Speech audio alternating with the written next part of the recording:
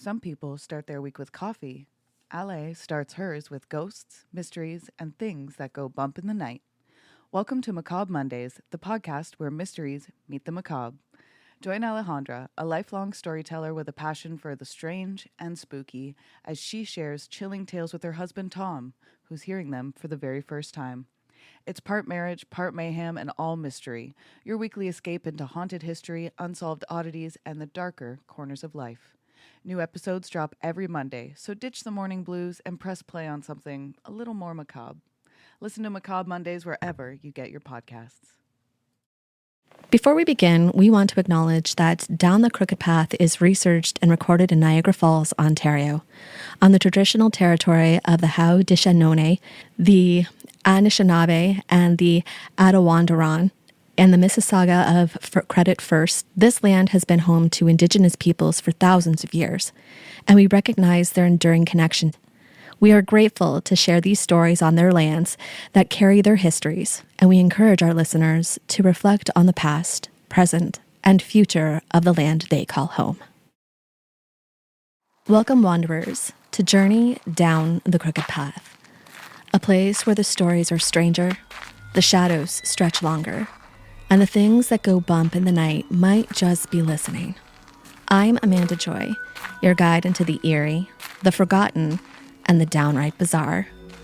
Here, we step off the well-lit roads of Canadian creepies and venture into the murky corners of history, folklore, and the unexplained, where the whispers grow louder and the truth is never quite what it seems. So let's take a deep breath, watch your step, and whatever you do, don't look back. Once you start down the crooked path, you never know what might follow.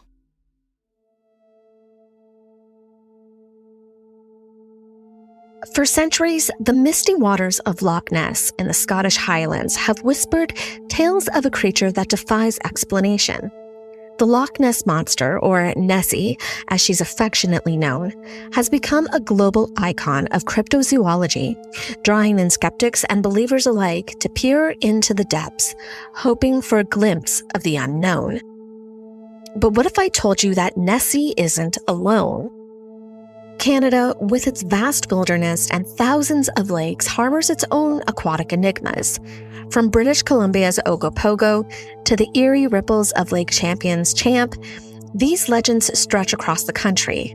And nestled near the heart of Ontario, Lake Timiskaming has its own elusive guardian, the Mugwump Monster, or Tessie. Today we dive into the murky waters of Canadian folklore to uncover the story of a lesser-known but equally chilling creature, the Mugwump Monster. Is it myth, misidentification, or something far more mysterious lurking beneath the water's surface? In the 1995 book Sacred Legends, folklore author James R. Stevens tells the story of a boy named Jacobish, a boy who lived near the lake with his sister. She warned him never to go near the water alone. The lake, she said, held dangers that could not be seen. Spirits, creatures, forces that had lived there long before humans. But Jacobish didn't listen. While she was fishing nearby, he wanders towards the water's edge. Suddenly, a giant fish leaps from the lake and swallows him whole. His sister hears the splash, turns around, but she sees only ripples. She doesn't even realize that her brother is gone. Moments later, she catches a huge fish, the very one that swallowed Jacobish. Still unaware, she brings it to shore and begins to clean it. As she slices open the belly, Jacobish spills out, very much alive and very much covered in slime. She bursts into laughter and says, "I told you not to go near the water." Jacobish, unfazed, walks towards the lake to go wash the fish guts off of himself. This story, like many Ojibwe traditions, blends caution with humor. It's a tale of disobedience, supernatural danger, and unexpected survival. And it reminds us that even in the face of ancient spirits and monstrous fish, laughter and luck can still win the day. Lake Timiskaming sits on the border between Ontario and Quebec. It stretches roughly 110 kilometers in length and reaches depths of over 200 meters. The lake is part of the Timiskaming Graben, a fault-bound valley formed by tectonic collapse. This geological structure is still active today and lies within the Western Quebec seismic zone. The lake itself is a post-glacial remnant of the much larger Lake Barlow, which drained about 8,000 years ago. Beneath the lake bed, seismic surveys have revealed faulted sediments and signs of ongoing subsidence. The surrounding terrain includes clay plains and steep escarpments shaped by glacial retreats and tectonic shifts. One of the most striking features on the lake's western shore is Devil's Rock.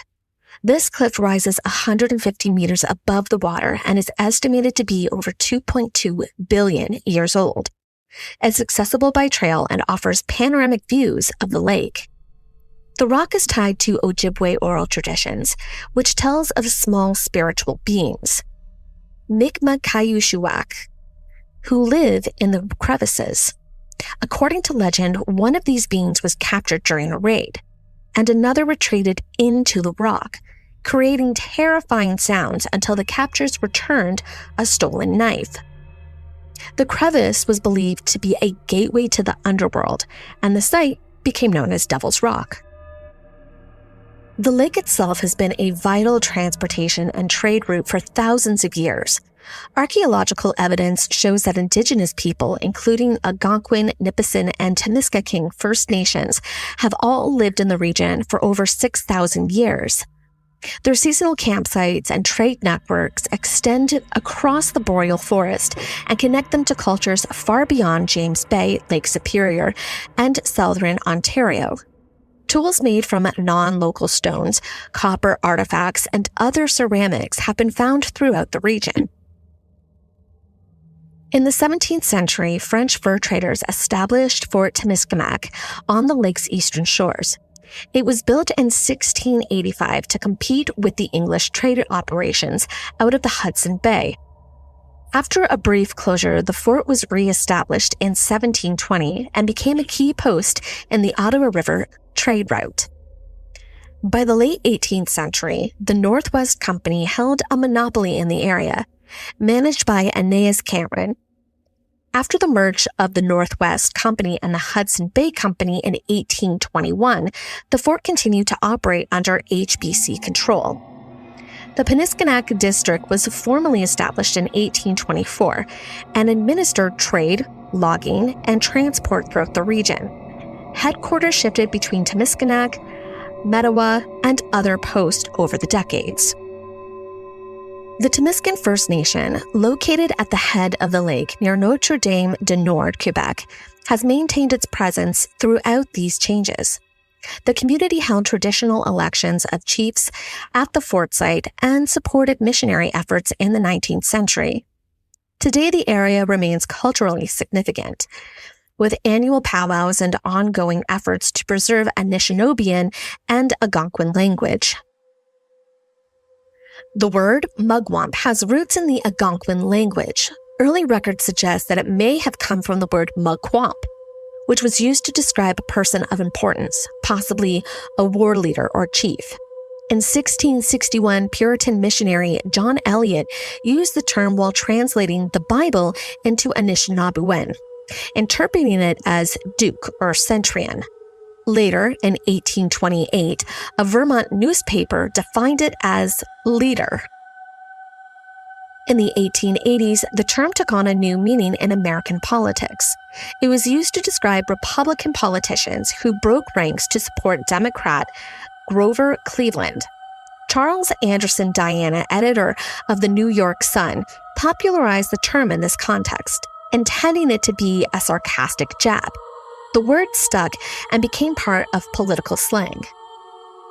In the context of Lake Timiskaming, the name Mugwump was used by New Lescard Mayor Jack Dent in 1979 to describe a creature reportedly seen in the lake. Dent claimed the name translated to fearless sturgeon, though this interpretation is not linguistically confirmed. The use of this term may have been influenced by its Algonquin origins, its political history, or simply adapted as a fitting name for a creature of mystery and stature. Now, there is no definitive link between the political term and the lake monster, but the name has persisted in local lore. It has since become synonymous with the cryptid said to inhabit Lake Timiskaming, often referred to interchangeably with Old Tessie. In 1978, a married couple reported seeing something unusual in the lake. They were on the water when they noticed a large, dark shape moving just below the surface. It had a humped back and appeared to be gliding smoothly. What struck them most was the absence of visible fins.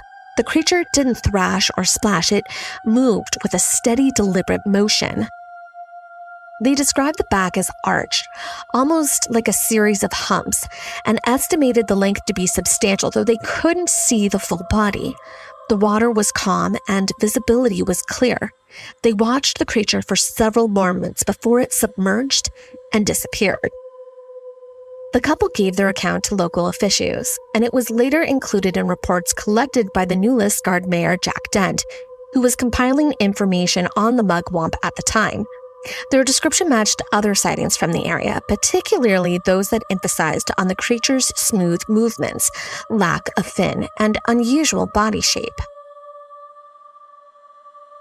Chuck Cole was the first person to have a Mugwump sighting formally documented and published. His encounter took place near Burnt Island, a small landmass in Lake Timiskaming. Cole described the creature as resembling a human-sized surgeon.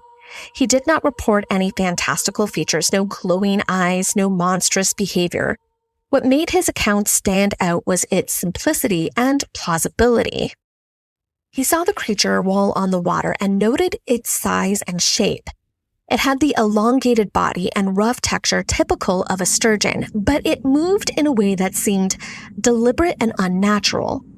Cole's description did not include fins or a tail breaking the surface. The creature glided smoothly and then disappeared. His report was later included into the collection of sightings compiled by Jack Dent. Because Cole was familiar with the lake and its wildlife, his account was taken very seriously by some in the community. He knew what sturgeons looked like, and he believed that this creature was something different. On April 20th, 1979, the North Bay Nugget published an article titled Son of Nessie, Inhabiting Lake Timiskaming. The piece focused on growing local interest in a creature said to inhabit the waters of the lake. The article featured statements from Jack Dent, the mayor, who had been collecting eyewitness accounts from residents around the lake. Dent explained that the creature had been seen multiple times over the years. He said that the creature was described as being over 20 feet long, based on a story passed down from a descendant of Chief Wabe. The estimate came from a comparison. The Mugwump was said to be the length of 4 Indian braves, which assumed to be about 5 feet tall. This particular article also included references to Chuck Cole's sighting near Burnt Island, and it had mentioned that Dent had received letters and phone calls from other residents who claimed to see something unusual in the lake. Some described a humpback breaking the surface. Others said that the creature moved silently and quickly, leaving no wake. Dent stated that he was not trying to sensationalize the story. He believed the accounts were credible and worth investigating. He hoped that by collecting and publishing these sightings, the public would take the reports more seriously. The article concluded with Dent's suggestion that the Mugwump might be a prehistoric survivor, possibly a species unknown to science. He did not offer proof, but emphasized the consistency of the sightings and the sincerity of the witnesses. Kate Artrey gave her account of the Mugwump in the late 1970s. She was one of several residents who responded to Mayor Jack Dent's call for eyewitness reports. Her sighting took place while she was boating near Quebec side of Lake Timiskaming. She described seeing a large, dark object moving just below the surface of the water. It was long and smooth, with no visible fins or tail. She said it moved slowly at first, then accelerated and disappeared beneath the water. Ardent Tree estimated the creature's length to be at least 15 feet. She did not hear any sound, nor did she see any wake. The water around the creature remained calm. She emphasized that it didn't behave like any fish she had ever seen in the lake. And she was familiar with sturgeons and other fish native to the area. She said the creature's motion and shape didn't match any known species. She believed it was something unknown. Her account was included in Jack Dent's collection of Mugwump sightings. Dent noted that Ardent Tree was a credible witness and had no history of exaggeration. He said her report matched others in terms of size, movement, and silent. Kate didn't seek publicity. She shared her story only after hearing that others had seen similar things, and she hoped that by adding her voice, the reports would be taken more seriously.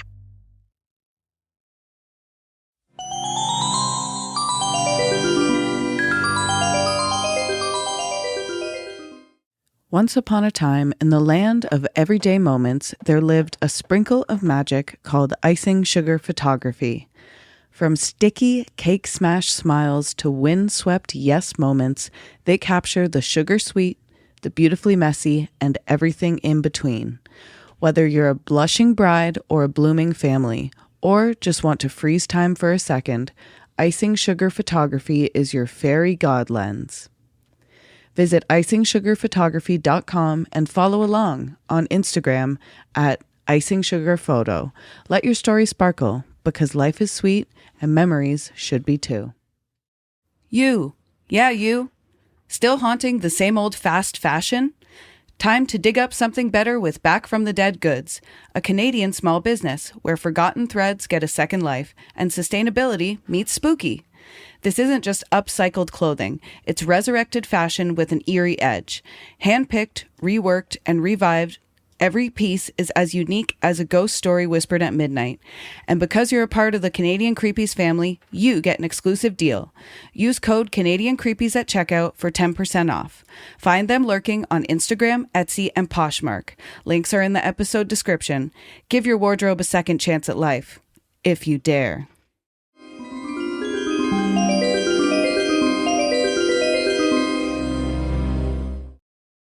In February 1982, a personal account appeared in Timiskaming Speaker under the name Mary Peepers.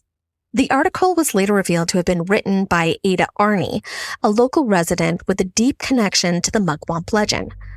Arnie had been involved in discussions about the creature for several years and had previously shared informal accounts with Mayor Jack Dent. In the article, Arnie described multiple sightings of the creature. Her first encounter occurred in the late 1970s while walking along the shoreline near Villa Marie. She saw a dark, large form moving slowly through the water. It had a round head and a smooth back, and a face similar to an animal's, but she didn't say what type of land animal. She did not observe fins or a tail. She said that the creature had briefly surfaced and then submerged without disturbing the water. Her husband was present and confirmed the sighting. Arnie emphasized that the creature's motions were unlike any fish she had ever seen in the lake. She explained that she had used the pseudonym Mary Peepers to avoid unwanted attention. She feared being dismissed or mocked and wanted to protect her family's privacy. She chose to publish the article after reading other testimonies and realizing that her own experience matched theirs. Arnie also described a second sighting during an ice fishing trip. She and two companions were on the lake when a dark shape passed beneath the ice. It moved slowly and cast a shadow across the fishing hole. She said that the creature's head appeared briefly through the ice. It was black and glistening, with eyes that seemed to focus directly on her. She didn't attempt to photograph the event. She said that the movement was too brief and unexpected, but her companions also saw the shape and supported her account. Arnie concluded her article by encouraging others to speak up. She believed that the more people shared their experiences, the more seriously the sightings would be taken. Some believe that the Mugwump is a real aquatic creature that has evaded scientific classification. It is described as serpent-like with a horse-shaped head. Witnesses often report a long, smooth body that glides silently through the water.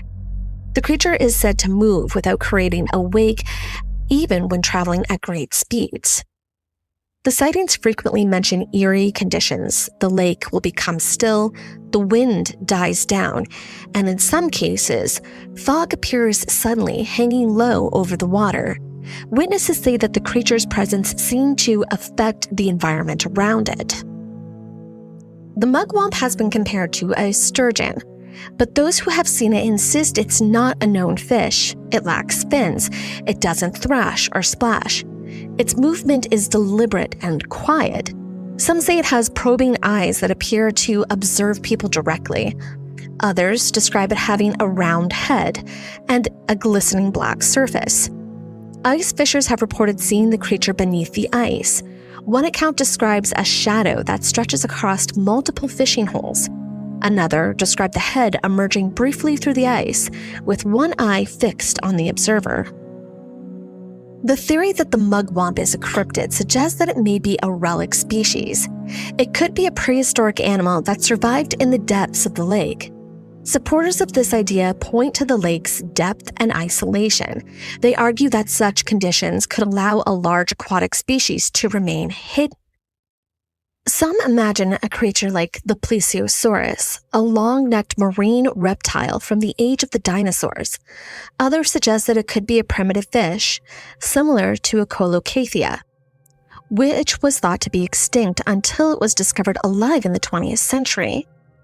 There's even speculation about amphibious reptiles or unknown aquatic mammals that might have adapted to the lake's environment over time. There are some that believe the mugwump is not a biological creature, but a spiritual presence tied to the lake. This theory suggests that the mugwump is a guardian or a lost spirit, a being that exists between the physical and the unseen. Its origins are unclear, but stories linked to Algonquin tradition and early indigenous beliefs about the water spirits. The creature is believed to be bound to the lake. It does not leave the water. Its presence is strongest near deep areas and remote inlets. Some say it can disappear and reappear at will. Others claim it can manipulate the environment, changing the water temperature or cloaking itself in mist. The mugwump has no origin story in the traditional sense. There is no tale of its creation. Instead, it exists through shared experiences. Locals speak of it in hushed tones. Parents warn children not to wander near the ice. Fishers tell of stories of strange shadows and silent watchers. Some believe that the mugwump is a reminder of nature's depth and mystery. Others think it's a cautionary figure meant to keep people respectful of the lake. There are no reports of aggression. The creature doesn't attack or chase. It observes and then vanishes. And there are some who believe that the mugwump legend was a deliberate fabrication. This theory suggests that early reports were exaggerated or invented to attract attention, stir curiosity, or promote local interest in Lake Timiskaming. Skeptics point to the timing of the first published accounts, which coincided with local efforts to boost tourism and regional identity. Jack Dent, the mayor of New Lesgard, was one of the earliest promoters of the mugwump story. His collection of sightings, and he published them in local newspapers. Skeptics argue that Dent's involvement may have encouraged embellishments. They suggested that witnesses may have felt pressured to contribute dramatic accounts, or that Dent himself may have shaped the narrative to make it more compelling. Some of the reports in his collection lack collaboration. Witnesses often remained anonymous or used pseudonyms. In one case, Ada Arney published her account under the name Mary Peepers. Skeptics say that this undermines the credibility of her testimony. They argue that if the creature were real, more people would speak openly and prove physical evidence. While there are some who claim to have scales, there's no verifiable evidence of this either. There are no photographs, no verified sonar ratings, no remains. Skeptics say that in this lake, that is frequently visited and fished in as Lake Timiskaming, a creature of that reported size would eventually be captured or documented. The absence of such evidence supports the idea that the Mugwump is just a hoax. There are skeptics that believe that the legend was created as a local version to the Loch Ness Monster. They point to the similarities in description and behavior. They argue that the Mugwump was invented to give the region its own mystery and to draw attention to the lake. Some skeptics believe that the Mugwump is not a creature, but a product of perception as well. According to this theory, sightings are caused by environmental conditions and psychological response. The lake's surface, lighting, and weather can create illusions that resemble a living form. Fog is a common factor in many reports. Witnesses often describe the creature as appearing in low visibility. In such conditions, shapes become distorted. A floating log or a submerged object can seem to move or breathe. Reflections on the water can stretch and bend, creating the impression of motion. Low light also plays a role. At dusk or dawn, shadows lengthen and contrast fades. A ripple can look like a fin. A wave can resemble a back. The human brain tries to make sense of unclear images. This process can lead to pareidolia, the tendency to see patterns or creatures where none exist.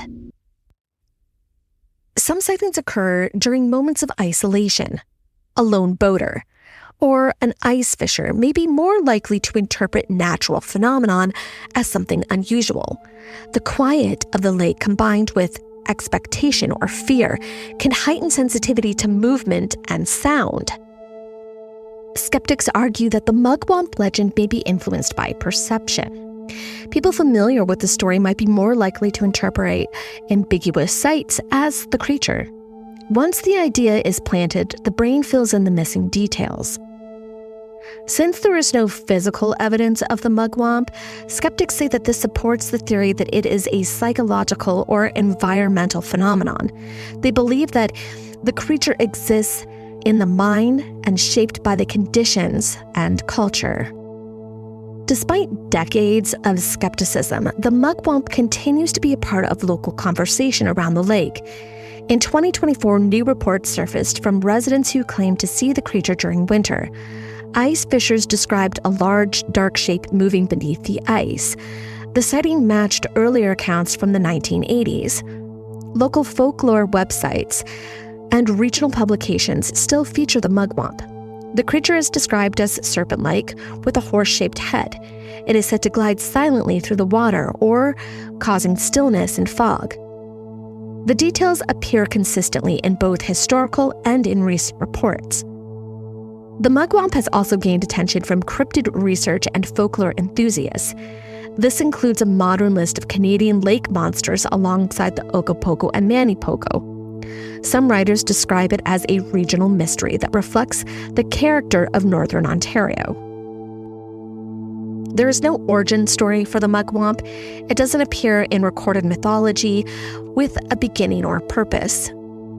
It is only known through sightings, through quiet conversations, through warnings passed down between generations. Some say it watches. Others say it waits. According to certain Indigenous traditions, lakes and rivers are believed to be protected by spirits. These entities are regarded not as animals, but as guardians who maintain equilibrium within the environment and respond to insistence of disrespect. The water is not viewed merely as a resource, but as a living presence with a memory. Stories from Ojibwe and Algonquin communities speak of guardians that dwell deep in the water. There are some that describe it as serpentine. Others have a feline features or horns. They are said to control storms and influence the behavior of animals. Their presence is felt, not proven. Lake Timiskaming is deep and cold. It is quiet in the winter. Fog settles without warning. Ice cracks without cause. People say that they see something move beneath the surface, a shadow, a shape, a head with eyes that do not blink. There's no evidence, there's no name, but the stories continue Just like in Loch Ness, the question remains, what is beneath the water?